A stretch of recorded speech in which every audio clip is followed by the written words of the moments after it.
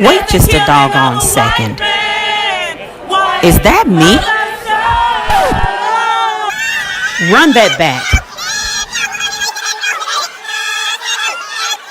Yep, that's Elsie's baby. Damn. How on earth did I get here? How on earth did I wind up interrupting former Destiny's Child member Michelle Williams' performance in Aida on August 9th in St. Louis, Missouri?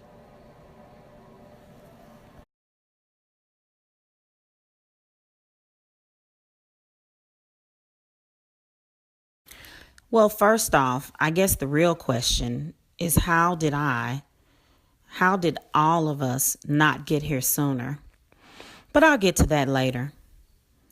The day before this date, 2 years ago, I was coming back from a family vacay in Branson, Missouri. Ram season, y'all. Hello. Hey. Did you see that, girl? Our wave pool extravaganza got a little rained out, but we are here in Branson and about to head home. Y'all say bye. Bye. Bye, Nikki. Bye, girl.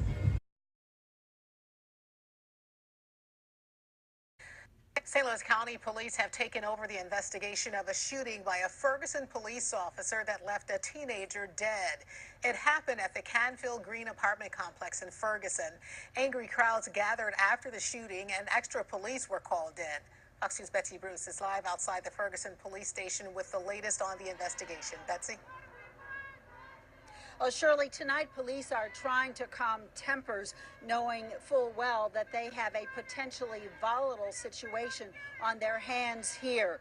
A young teenager is dead, shot multiple times, according to witnesses who say that he had no weapon and did not provoke the officer. Now, just a few moments ago, protests gathered here outside the Ferguson police station shouting, "No justice, no peace." Away from me, you know how hard it was for me to get him to stay in school and graduate. You know how many black men graduate? Not many.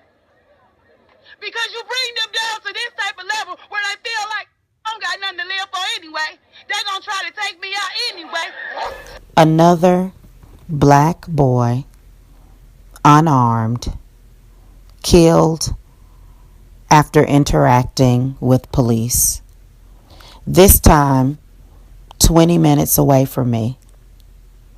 This time, I had to pass by his neighborhood in order to get to mine. But even before that, 2 years before that, when Trayvon Martin was killed after interacting not with a policeman, but with a man who wanted to be a policeman, who called himself Community Watch, I had written a poem and performed it at a rally that was attended by his father in St. Louis, Missouri. Boy, life is only a coda in the paragraph, and it takes 10,000 of your muscled bodies to stand for Africa in a film, but only one of you dead to stand for America.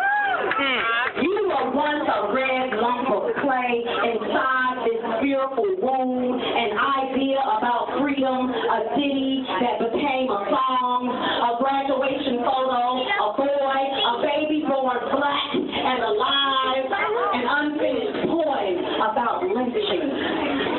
A body, a potential, a body, dark nipples, rough knees, a body, baby toe, crooked, a body,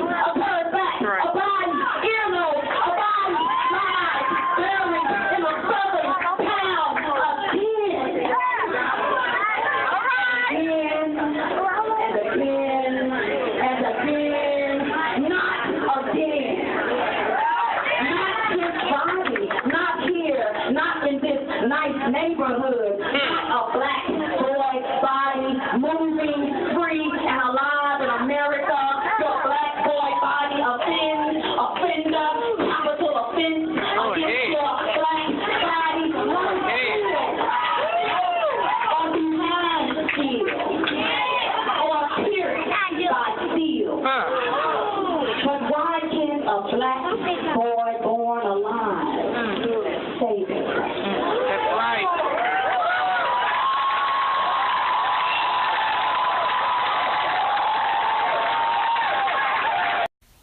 In the days following the murder of Michael Brown, I wrote a lot.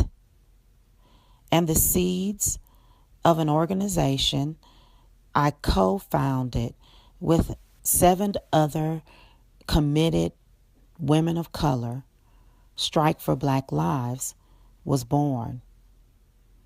But I also showed up to what I could show up to. The first of which was an incredible meeting just a few hours after Michael Brown's murder at Christ the King Church, which is led by Reverend Tracy Blackman. And I'm saying that to be honest with you, and I know it has nothing to do with you, but it has to start somewhere. And someone needs to know it can't start at the bottom. It needs to go to the top. You need to know what's going on. And that's what's going on in our community. I just left a planning meeting for joining these young people on the streets tonight in protest of the militarization of the police force. And one of the things that they told us, these young people at the meeting and some of the pastors, was that there were a group of white supremacists who were going around with the Molotov cocktails, setting fires, inciting the crowd, mixing in order to further their agenda.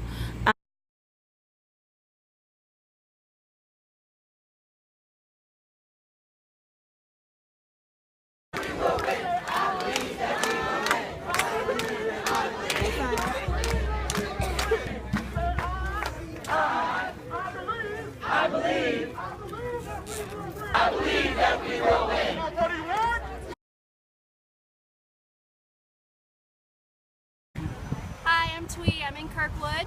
Hi, I'm Jay. I'm in South St. Louis. We just came out here to support the people of Ferguson. Oh, fantastic. Raised in Hazelwood. So these are the streets that we grew up in. That's right, North County. And I have kids that walk these streets every day. Beautiful.